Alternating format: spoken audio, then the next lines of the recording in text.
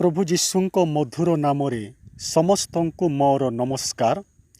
पुनि थरे आजिर प्रभातकालीन बाइबल ध्यान मध्यकु निमंत्रण करुअछि।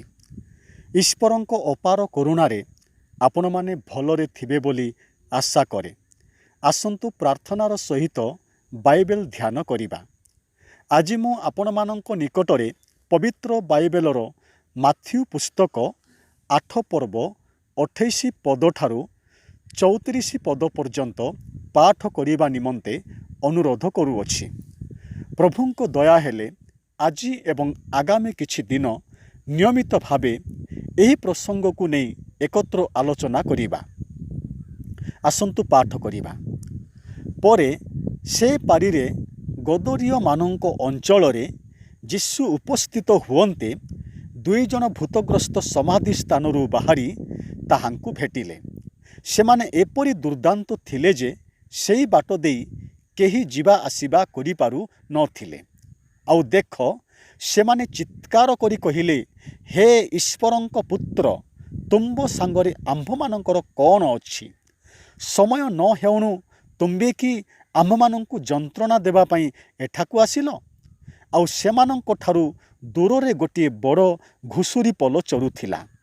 सेथिरे भूत गुड़ाक ताहांकु विनती करी कहिबाकु लागिले, जेबे आम्भमानंकु छड़ाओ तेबे घुसुरी पल भितरकु पठाई दियो। जीशु सेमानंकु कहिले, जाओ। सेथिरे सेमाने बाहरी घुसुरी गुड़ाक भितरे पशिले। आउ देख पल जाक अति बेगरे दौड़ी जाई तीख स्थान देई समुद्र रे पड़ी बुड़ी मले।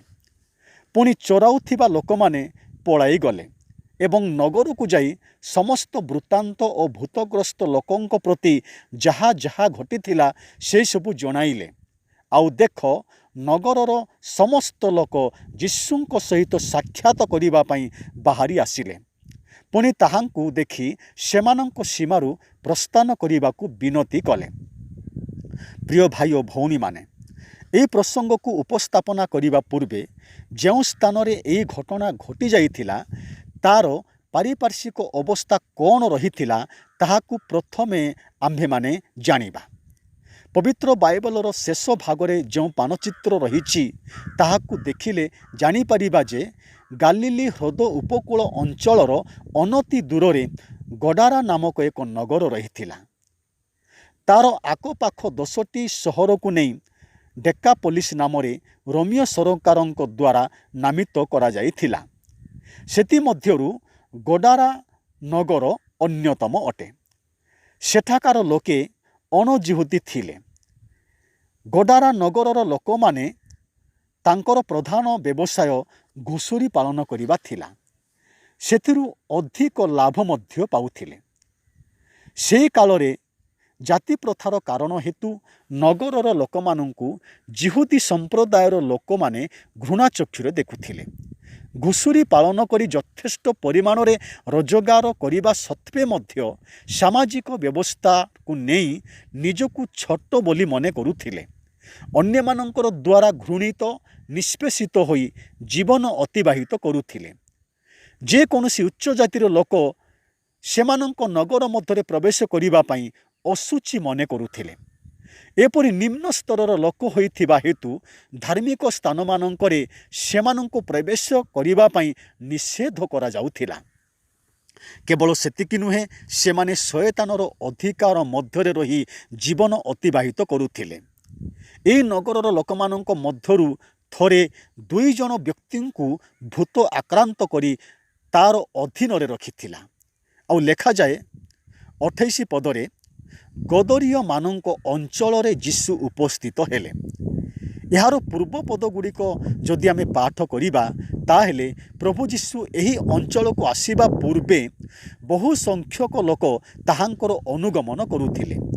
सेमानंकर आश्चर्यजनक विश्वास को देखि सेमानंक प्रति अनुग्रह प्रदान करी अनेक शक्तिर कार्य करी प्रशंसित हेउथिले। ताहांको चतुर्पार्श्वरे केवल ताहांकर प्रशंसक माने घेरी रहिथिले।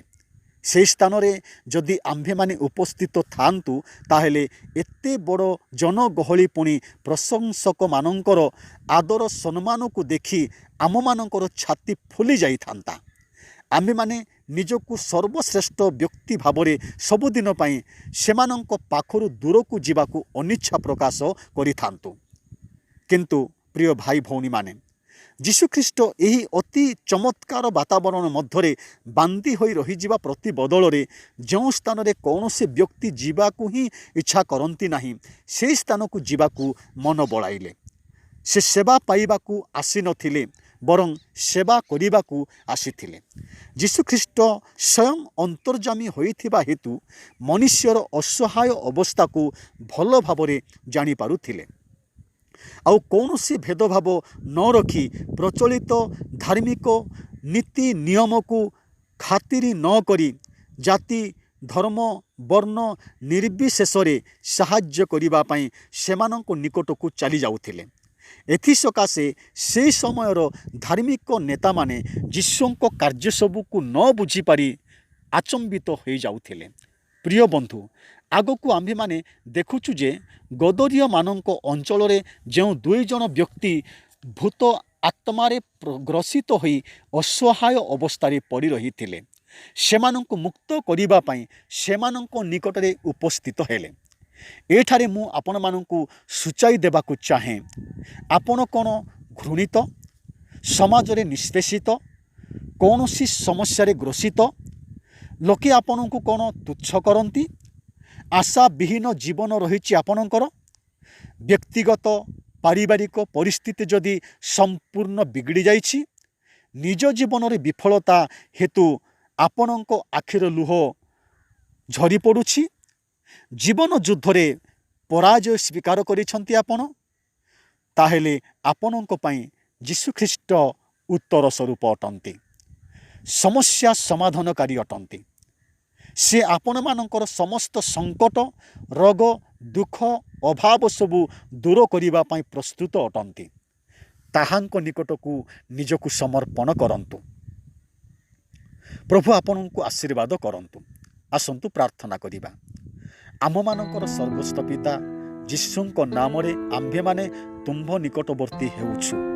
आपण आम मानकर उपस्थिति संपूर्ण भावरे बिगड़ी जीवा अवस्था रे आम मानक प्रेम करी आम मानकर दुख को आनंद रे परिणत करि पारुतिबा आम मानकर प्रिय प्रभु मोर स्वर को ध्यानर सह शुणुतिबा एही प्रिय लोक मानकु तुम्ब हस्तरे समर्पण करुछि। तुम्बे सेमानंकु स्पर्श करी सेमानकर मंद वातावरण को बदलाई दियो जीशुंको प्रिय नाम रे एही प्रार्थना कलु। आमेन।